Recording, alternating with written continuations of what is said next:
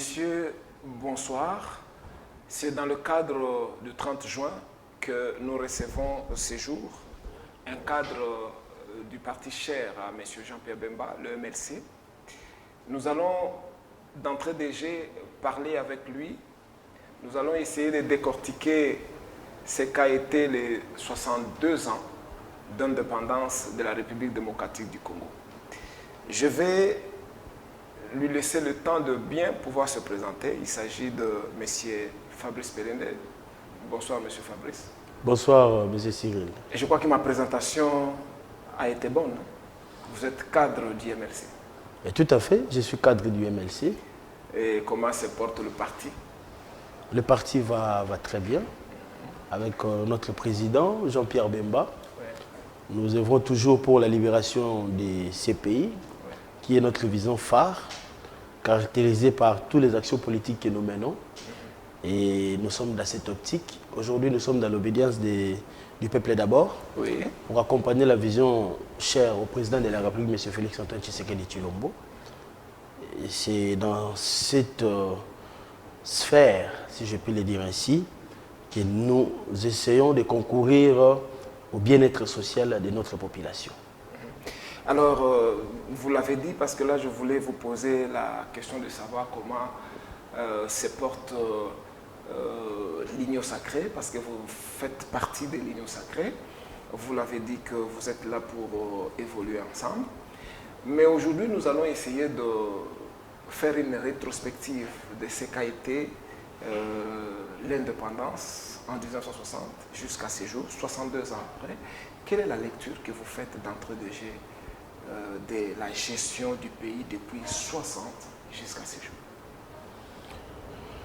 Depuis 1960 jusqu'à ces jours, c'est une question pertinente et en même temps magnifique, caractérisée également des réalités, des enjeux politiques que nous aurons à échanger. Mais d'emblée, j'aimerais vous dire qu'il y a les aspects positifs et les aspects négatifs sur tout ce qu'il y a eu depuis 1960, depuis que nous sommes indépendants. J'aimerais d'abord commencer par les aspects négatifs.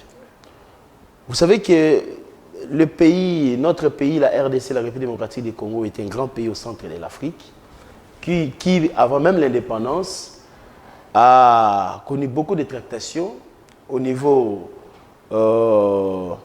de la colonisation, au niveau des personnes qui étaient censées détenir le monopole de la gestion de l'État, ce qu'on appelle communément la métropole. Vous savez que successivement, il y a eu également des Portugais, il y a eu des Français, il y a eu des Anglais, il y a eu des Belges qui, en dernier lieu, ont remporté les paris pour, soi-disant, diriger et gouverner le Congo, imposer leur politique. Nous avons connu plus de 80 ans de colonisation. Nous avons connu également, avant ça, la propriété privée du Congo appartenant au roi des Belges. Avant ça, il y avait des explorateurs qui venaient en multiforme, certains venaient exploiter, certains venaient civiliser, soi-disant. Voilà. Et aujourd'hui, nous sommes en 2022, c'est-à-dire que nous avons eu l'indépendance en 1960. Aujourd'hui, ça fait 62 ans. Rentrons en 1960, puisque nous faisons un parallélisme systématique. Chercher à remonter dans les temps, voir ce qui était le Congo en 1960. D'abord, sur le plan économique, la RDC, le Congo, avaient le même PIB que Singapour, avaient le même PIB que la Corée du Sud, avaient le même PIB que le Canada, avaient un PIB supérieur à l'Afrique du Sud. Mais aujourd'hui, à nous comparer avec ces pays que je viens de citer, il n'y a pas match. C'est la nuit et les jours. C'est les jours et la nuit. Nous retournons encore à 1960. La situation sociale. La scolarité était gratuite. Nos grands-parents étudiaient gratuitement. L'université n'était pas abordable à tout le monde. Et la situation sociale permettait à chaque responsable, qui dans les temps on appelait évoluer, d'avoir un salaire décent qui lui permettait de prendre en charge la famille correctement et même aller en vacances. Retournons toujours à 1960. sur le plan infrastructure. Je viens de parler du plan social. Ouais. Sur le plan des infrastructures, la capitale Kinshasa, Léopoldville, était la plus belle ville de l'Afrique. Ouais. Ce que nous devons le rappeler. Et d'où d'ailleurs vient le nom de Kinshasa la Belle. Kinshasa la Belle. On ne pouvait pas comparer Johannesburg et Léopoldville. Mais aujourd'hui, sur le plan social, qu'en est-il réellement? Je crois que nos téléspectateurs ont la réponse. Aujourd'hui, sur le plan des infrastructures, notre pays n'est toujours pas relié. Nous avons toujours maintenu les mêmes infrastructures que nous a laissées les Belges. Aucune construction de chemin de fer. L'idée que les Belges aillent entreprendre d'exploiter le Congo, amener tout vers l'extérieur. Nous continuons à conserver la fameuse ligne de Matadi. Nous n'avons rien produit pour changer la politique du développement. Donc, vous comprenez déjà que partant de ces éléments que j'énumère ici comme base galonique, que non seulement nous avons reculé, mais nous avons eu l'impression de n'avoir rien fait sur le plan du développement. Okay. Donc, nous pouvons conclure que, partant de ces aspects-là, le bilan n'est pas positif. Puisque j'ai dit ici, je commence par les négatifs. C'est une négativité consommée de manière absolue. Et la responsabilité, aujourd'hui, est partagée. D'abord, par ceux qui ont hérité du pouvoir colonial, en s'autodéterminant, en devenant indépendants, et ceux qui leur ont donné ce pouvoir. Je crois que tout au long de l'émission, nous aurons à les décortiquer. Mais sur le plan positif, nous, aujourd'hui, nous avons hérité d'un Congo entier, intact, avec le même limite. Depuis 1960, toutes les villes qui nous ont légué les Belges, aujourd'hui, se trouvent au Congo. Okay. En dehors des petites frustrations dont nous sommes en train de guerroyer tout le temps avec nos voisins, qui d'ailleurs profitent de cette léthargie pour nous mettre à main. Mais le Congo reste entier. Certes, nos grands-parents n'ont pas développé le Congo. Ils ont échoué lamentablement à développer le Congo, il faut le dire ainsi. Mais ils nous ont légué un Congo intact. Ça, c'est un point positif. Et un autre aspect positif que nous pouvons relever,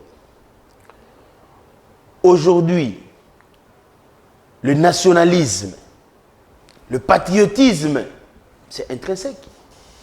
C'est un héritage magnifique. Aujourd'hui, vous et moi, nous pouvons discuter aujourd'hui. Nous pouvons même nous toucher dans les bras, se battre. Mais dès qu'il y a une personne qui vient parler de prendre une portion du Congo, on met nos différends des côtés. On s'occupe d'abord de ces messieurs-là. Personne, aucun Congolais aujourd'hui n'acceptera qu'un centimètre carré du Congo va à l'étranger. Vous voyez ce qui se passe? Nous sommes des fois divisés. Mais quand il s'agit de l'intérêt territorial national, tous les opposants s'unissent. Même les opposants. Il y a même plus de tendance tribale. Voilà. Donc on se retrouve un seul homme. C'est ce qui fait la force du Congo. Et jusqu'à aujourd'hui, si les réfractaires, les prédateurs politiques internationaux n'arrivent pas à balkaniser le Congo, c'est suite à ce nationalisme-là que nous a légué nos ancêtres, c'est-à-dire nos grands-parents, si on peut les dire ainsi. Il y a encore un point positif. La culturation. C'est-à-dire le fait pour nous de briser les barrières tribales. Nous avons vu incessamment avec le nouveau pouvoir qui venait d'arriver, il faut les citer de l'AFDEL qui a voulu diviser les Congolais et jusqu'à aujourd'hui a jeté des migraines du tribalisme et que nous combattons jusqu'à aujourd'hui. Dans notre société aujourd'hui, un Congolais, un Moulouba, un Swahili se mettent sur la même table. Il ne faut même pas allusion à cette différence ethnique. C'est-à-dire c'est une valeur. Est-ce que ce n'est pas le point positif que... Mais justement, je suis en train de parler des points positifs. Voilà. J'ai parlé de nos aînés de manière générale, mais vous avez voulu spécifier. Tout à fait, oui. Nous les devons à Mobutu. C'est patriotisme. Mais ça fait partie de ce que nos aînés nous ont légué. Voilà ce qui peut être constitué comme point positif. Okay. Et aujourd'hui, à la phase où nous sommes, à l'ère où nous sommes, après avoir étudié ces bilans, nous avons constaté deux choses. D'abord, je retourne encore à 1960. Nous avons eu l'indépendance avec manque d'africanisation des cadres. C'est-à-dire que c'était suite à la situation sociale et morale qui traversait nos aînés qui n'ont pas dû supporter cette emprise, Cette injustice. cette soudoyance, cette injustice qui nous faisait subir le colonisateur, nos maîtres dans le temps, le Belge. Mais nous n'avons pas tenu compte de la réalité sociale que nous aurons à affronter. Voilà pourquoi il y a eu M. Van Bulsen qui a parlé de l'indépendance, oui. Mais quel type d'indépendance? Il nous a proposé 30 ans. Nos aînés Kassavouvou étaient contre cela. Ils voulaient assez que malgré la situation géopolitique, malgré la situation administrative, malgré la situation intellectuellement parlant, disons, on pouvait quand même aller à l'indépendance. Or, sur le plan de la philosophie politique d'un État ne se développe qu'avec des têtes bien faites. En 1960, on avait pratiquement 4 universitaires. En 1960, il n'y avait pas de cadre de l'administration publique. Il n'y avait pas de cadre de l'administration publique. Et en 1960, puisqu'il y a un fait qui s'est passé en Belgique le 30 juin, le roi de Belge s'est fâché. Mais on n'a jamais épinglé cette phase de l'histoire. Quand il a posé la question, combien d'étudiants on pouvait regorger au Congo? Quel était le niveau de l'administration du Congo? La réponse qu'il a eue était décevante. Et il s'est fâché contre ses propres colons, ses propres compatriotes, pour dire que vous avez laissé une bombe à retardement. Donc, comme pour dire aussi, lui-même, le roi de Belge était mal entouré. C'est la politique interne de Belge. Mais moi, je vous relate les faits à travers des recherches que nous avons eues. Le roi était très fâché contre les colons belges. Mais comme il était face à un fait accompli, il ne pouvait que suivre les rythmes. C'est dans cette optique qu'il a donné l'indépendance. Mais nous, indépendants, qu'est-ce que nous avons constaté? D'abord, il y a une chose que les gens doivent retenir. Sur le plan de la naturalisation juridique plutôt, allais-je dire, nous sommes aujourd'hui, nous considérés comme des Belges. Mais nous ne le savons pas. Donc, en partie, nous sommes Belges. Pourquoi je dis cela? Nous avons eu l'indépendance comme un État de la Belgique qui s'est séparé de la Belgique. Nous n'avons pas eu l'indépendance comme un pays entier qui devenait indépendant, non. Il faut bien lire l'histoire. Et nous avons été indépendants avec la loi fondamentale, qui était considérée comme une constitution, alors que ce n'était pas une constitution. C'était juste une déclaration qui disait que tel territoire de la Belgique ne faisait plus partie de la Belgique. Sans constitution, sans réellement poser des galons de souveraineté. Donc, en d'autres termes, nous, le Congolais de l'époque, nous étions apatrides. On ne pouvait que faire recours à la Belgique comme nation. Comme nation, effectivement. Les historiens vous diront, Oui. il nous fallait mettre nous-mêmes notre propre constitution pour créer ce qu'on appelle l'État avec les valeurs. Parce que la constitution, c'est l'idée du droit d'un peuple. L'idée qu'un peuple se fait de ses droits, Tout à fait. en se limitant territorialement, en organisant la société relevant des affiliations tribales, et ainsi de suite. Mais en 1960, quand nous avons chanté Indépendance Tcha-Tcha, ce n'était pas le cas. Donc, en fait, l'homme congolais n'était pas encore préparé pour l'indépendance. En partie, oui. Puisque si vous nous posez, nous, la génération d'aujourd'hui, nous vous dirons oui. Ils ont cédé à l'oppression qui existait, à cette injustice, à cette maltraitance. Mais ils n'ont pas vu les générations futures. C'est contradictoire avec ce qui se passe dans des pays comme en Afrique du Sud. Mais, pendant Comme des pays comme le Botswana, des pays comme le Zimbabwe. Nous avons tous eu l'indépendance, mais pas de la même manière, pas dans les mêmes circonstances. Alors, mais pendant qu'on a évolué, quand on a eu l'indépendance, finalement, on a constaté qu'il y a comme une mésentente entre les gestionnaires congolais de l'époque, où on voit le Premier ministre qui ne s'entend pas presque avec le président de la République, et ça a évolué comme ça pendant la première législature. Est-ce que cela, nous allons l'octroyer aux Belges qui nous ont déjà laissé le pays, ou c'est la faute à nous-mêmes parce que vous avez dit que la responsabilité est partagée? Parce qu'à cette époque-là, le Belge s'est retiré. Nous devons bien connaître l'histoire du monde. Oui. Le Belge ne nous a pas donné l'indépendance de manière chatoyante. Donc, avec derrière, galanterie, non. Ça signifie que derrière, il tirait les ficelles. Derrière, il tirait les ficelles. Revenons dans la politique mondiale. Il y avait le début de la guerre froide. Après la Deuxième Guerre mondiale, il y avait deux blocs mondiaux. Le bloc des Occidentaux et le bloc des Soviétiques. Tout à fait. Alors, il fallait à tout prix faire cesser ce que les Soviétiques appelaient l'authenticité mal orientée. C'est-à-dire, pour les Soviétiques, ils considéraient comme si nos colonisateurs nous avaient maintenus au 8e siècle. C'est Staline qui l'a dit.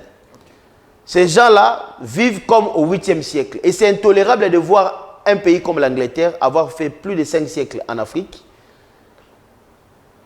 En 1945, après la guerre, voir un pays comme le Sénégal où les gens se promènent nus. En Afrique, on coupe les mains, au Congo plutôt, on coupe des mains. Les gens sont presque réduits à l'état animal. C'était inconcevable. Et cette honte-là a créé une nouvelle impulsion, puisque le seul maître du monde n'était pas que les Occidentaux, il y avait également les Russes.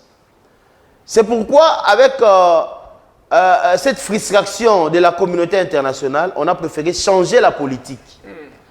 Ne plus parler de la colonisation, mais le commuer en néocolonialisme. C'est-à-dire que nous, les colonisateurs, ne serons plus sur terrain, en train de mener et guider, régenter les coloniaux, mais nous allons utiliser les autochtones pour le faire à notre place. C'est cette politique-là qui s'est installée. Voilà pourquoi, même au début de l'indépendance que nous avons eue en RDC, le Belge a cherché déjà à saucissonner, en se ralliant à certains protagonistes politiques contre les autres. Comme conséquence, vous avez vu la sécession katangaise. Tout à fait. Ça ne s'est pas passé seulement au Congo, en Afrique. Comment expliquer une personne qui vous donne l'indépendance vient se rallier à un camp pour diviser les pays? Et c'est dans cette optique que Lumumba est mort. Pourquoi Lumumba est mort? Lumumba est mort parce que non seulement nous réclamions l'indépendance, mais dans l'entendement de Lumumba, c'était une indépendance totale et globale.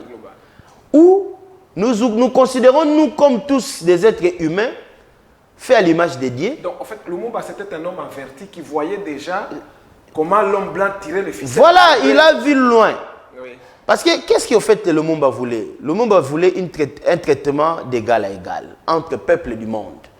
Lumumba, pour lui, nous, le Congolais, nous étions égaux aux Belges. Nous étions égaux aux Français. Nous étions égaux aux Américains. C'est que les Belges ne digéraient pas. C'est que les Belges ne pouvaient pas digérer. Alors que c'était une philosophie vraiment, vraiment de qualité que jusqu'à aujourd'hui, aucun pays africain n'a pu l'obtenir. Nous sommes toujours dans cette lutte. Mais imaginez qu'en 1960, Lumumba a vu ça comme ça.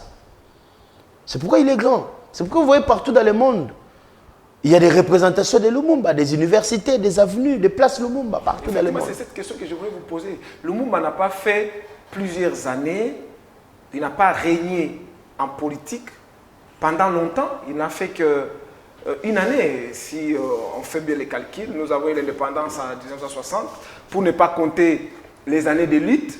Mais lorsque nous sommes en 60, en 61, Lumumba va décéder. Mais son aura... Mais pourquoi son aura, on parle de Lumumba partout au monde? Vous allez en Russie, on parle de Lumumba, il y a même une université. Et qu'est-ce qui a fait que cette aura-là, que Lumumba puisse avoir ça? Ce que Lumumba voulait, ce que Lumumba désirait au plus fond de lui-même, Lumumba, oui. Même nos politiciens aujourd'hui n'ont pas atteint cette diapason, n'ont pas atteint cette sphère politique. Aujourd'hui, nous ne traitons toujours pas d'égal à égal avec l'Occident. Aujourd'hui, l'injustice est mondiale. Aujourd'hui, vous voyez l'état avec lequel l'Afrique est maintenue. Faites le tour du monde. Voyez comment se trouve l'Amérique, voyez comment se trouve l'Europe, voyez comment se trouve l'Asie. C'est comme tous les pays d'Afrique se ressemblent. Voilà. Et venez en Afrique. Les statiques qui sont dans cet état. Vous constaterez que c'est une politique mise exprès pour maintenir les Africains à un niveau de sous-développement. Alors, Monsieur Fabrice, on va essayer un peu d'évoluer parce que là, vous avez fait l'historique de l'accession de notre pays à l'indépendance. Mais il y a eu plusieurs administrations qui se sont suivies, qui se sont succédées. Nous avons eu l'administration Kasavubu, avec tout ce qu'on a connu, avec les hauts et les bas. Tantôt, c'est Lumumba qui va limoger le président de la République Kasavubu. Tantôt, c'est Kasavubu qui va limoger le premier ministre Lumumba. Après, c'était un coup d'État avec Mobutu. Après Mobutu, c'était, nous connaissons l'histoire, l'AFDEL. Après l'AFDEL, c'est Kabila. Mais quelle est la différence que vous faites si on vous demandait de nous faire un peu la lecture, la lecture comparative de toutes ces administrations? Quelle est l'administration qui a excellé? J'ai dit ici tantôt dans votre émission, ceux qui nous suivent vont se retrouver. Nous avons eu l'indépendance sans pour autant être un État. C'est-à-dire un pays souverain. Nous avons eu l'indépendance avec la loi fondamentale qui nous servait de constitution. Mais qui ne cadrait pas. Non, laissez-moi finir. Alors que la loi fondamentale était une déclaration belge.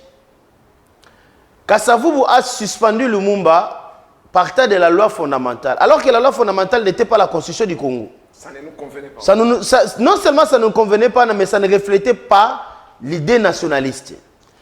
Nous avons eu l'idée de mettre en place la constitution de Lulabour. Je sais que vous êtes outillés. Oui. En 1960, les politiques congolais se sont retrouvés à Lulabour. Aujourd'hui, je crois que c'est Lulabour. Pour ceux qui nous suivent, on a un peu, ça nous a un peu échappé. Lulabour, c'est toujours au Congo. Toujours au Congo, à Kananga. La nouvelle appellation, on peut nous échapper. Je crois que c'est Kananga. Kananga, oui. Voilà. Nous sommes allés à Lulabour concevoir notre constitution. Donc, c'est-à-dire notre identité, c'est forger un caractère identitaire pour dire que non, nous sommes des Congolais. C'est pourquoi je dis, nous sommes toujours belges dans la philosophie de la loi fondamentale. Okay. Et Kasavubu s'est servi de la loi fondamentale pour déchoir Lumumba. Or, quand vous lisez, je crois que c'est l'article 21 de la loi fondamentale, il dit que le président peut révoquer le premier ministre. Or, la même loi fondamentale dit que le Premier ministre, dont son pouvoir est issu du Parlement, a tous les pouvoirs. Voilà. Comment une personne qui a tous les pouvoirs, mais une personne peut venir le déchoir? Parce que la cartographie était que Lumumba devait devenir président. Ça, les gens l'ont totalement oublié. C'est Lumumba qui devait devenir le président de la République.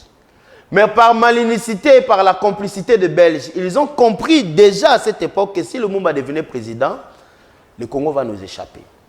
Alors, il fallait jouer sur une carte politique, donc faire référence à la loi fondamentale, pour préparer l'éclatement du Congo. Lumumba l'a dit, l'éclatement du Congo, c'est demain. Il faut revenir sur ce que Lumumba lui-même disait.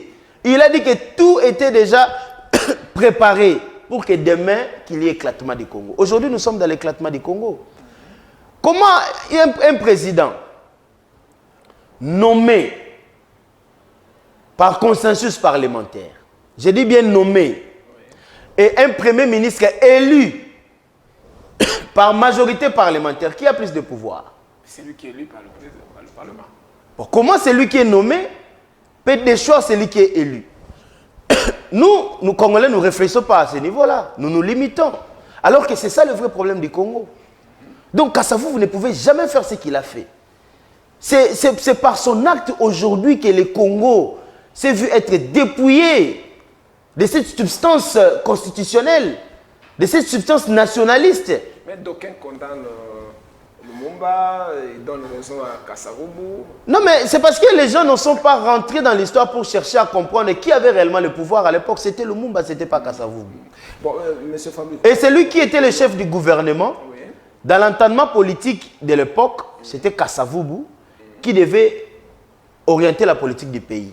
C'était plutôt Lumumba qui devait orienter la politique du pays. Kasavubu n'était là que pour régner en quelque sorte. Parce qu'il était nommé. Alors, Lumumba décède. Il y a un coup d'État qui arrive. C'est Mobutu qui règne maintenant. Et on va vanter pour dire à l'époque, le 1 Zaïre valait $2. Jusqu'à ce jour, c'est resté dans l'histoire. Est-ce qu'il y avait évolution avec le régime impère? par rapport là où Mobutu a trouvé le pays. Je vous ai parlé d'une commuation de la colonisation au néocolonialisme. Dans la colonisation, l'Européen, puisque je n'aime pas trop les termes l'homme blanc, c'est péjoratif à mon entendement, l'Européen était sur terrain, mais dans le néocolonialisme, il n'est pas sur terrain, mais il dirige de loin. Mobutu est l'incarnation parfaite du néocolonialisme.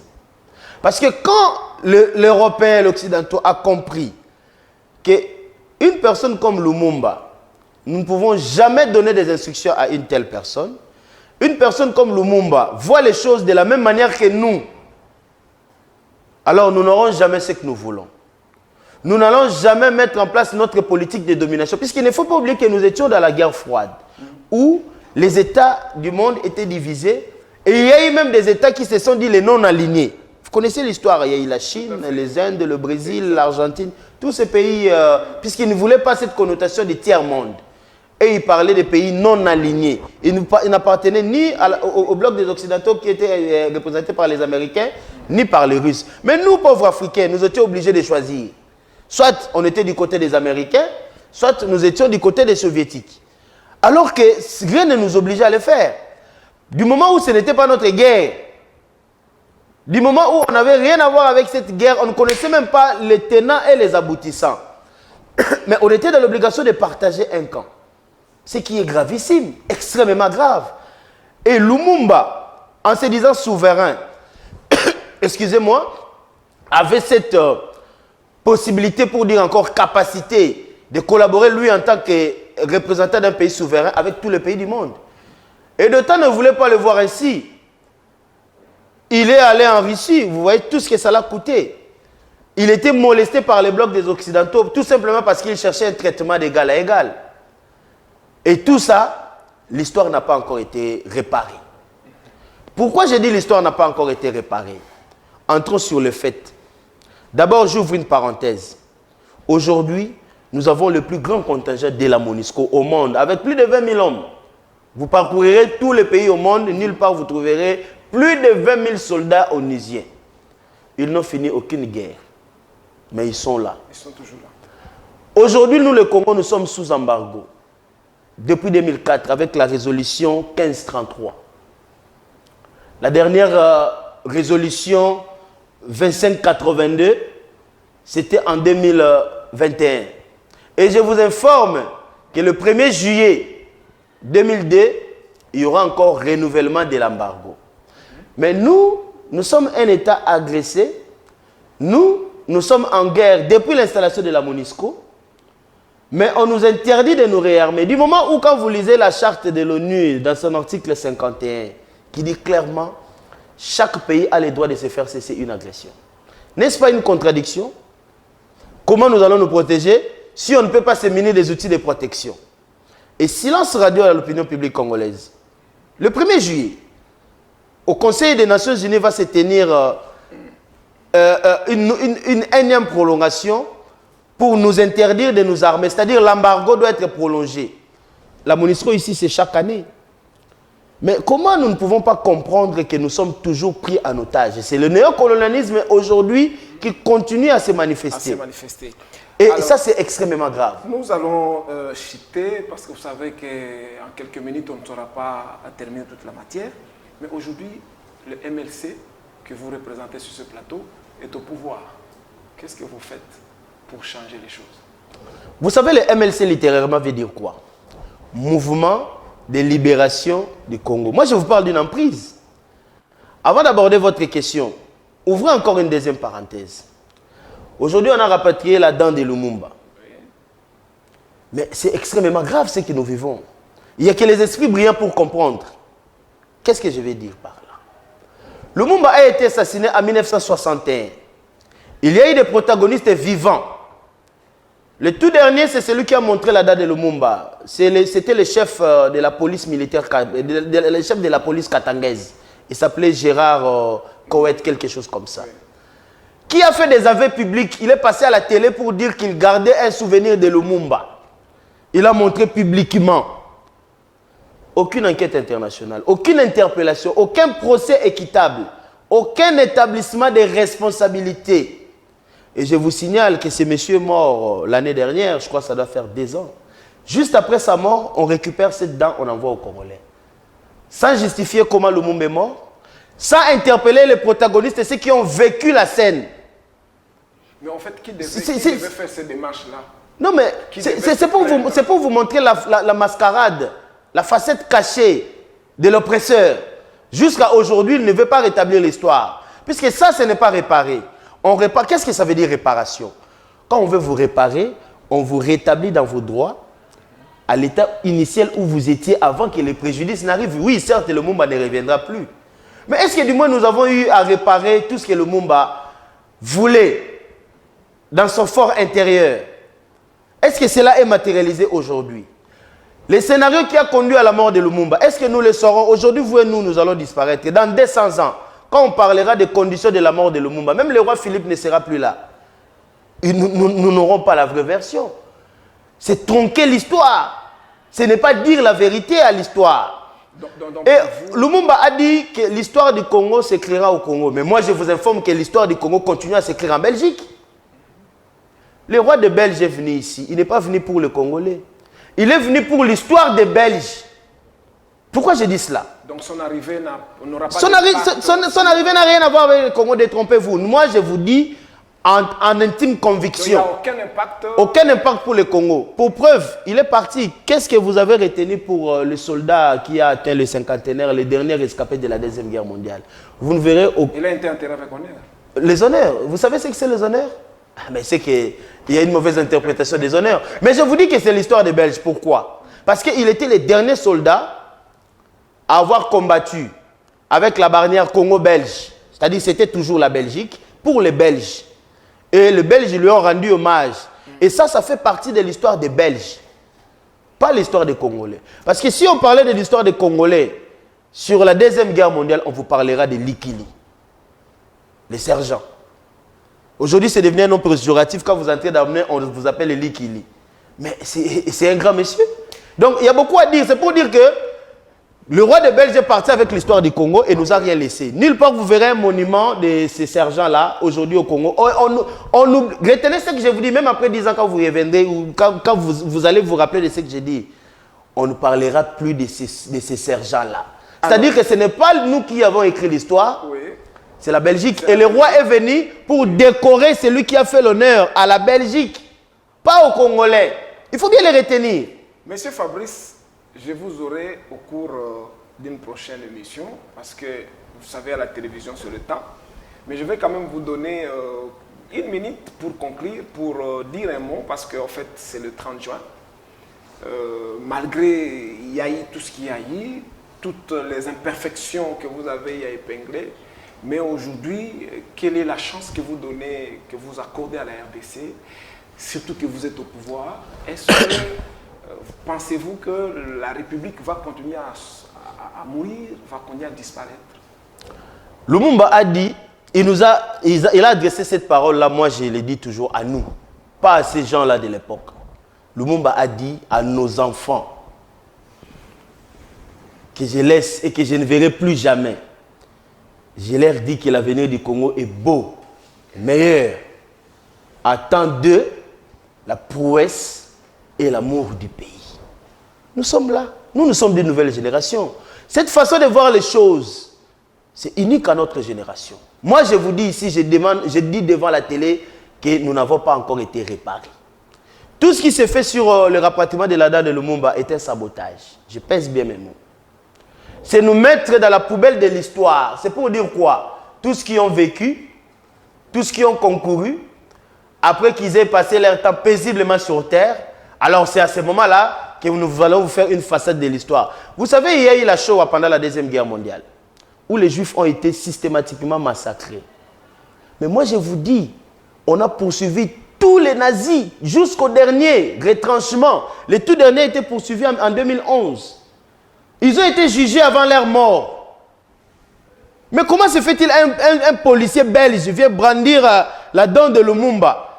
Pendant des dizaines et des dizaines d'années, ça n'a jamais fait l'objet d'un procès. Il n'a jamais été interpellé pour expliquer. Et puis, si vous suivez cette vidéo, il dit clairement, je suis la dernière personne à connaître où est enterré Lumumba. Mais nos autorités l'ont entendu.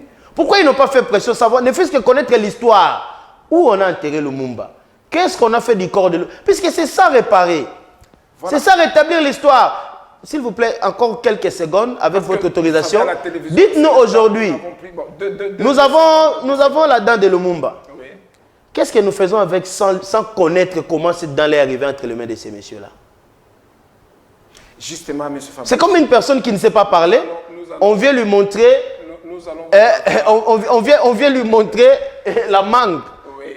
On lui dit que ça c'est la mangue. Et lui prend sans répéter que c'est la mangue. Il prend tout simplement parce qu'on lui a dit que c'est la mangue. D'accord. Nous allons vous avoir au cours. Ça peut être aussi un pamplemousse. Une émission. Nous vous inviterons encore. Donc, chers téléspectateurs, ça a été un plaisir. Nous avions reçu M. Fabrice Pelende, qui est cadre du mouvement de libération du Congo. Je crois qu'il nous fera le plaisir demain de revenir sur ce même plateau. Malheureusement, nous n'avons pas eu assez de temps. Nous n'avons pas eu assez de temps, comme vous le dites.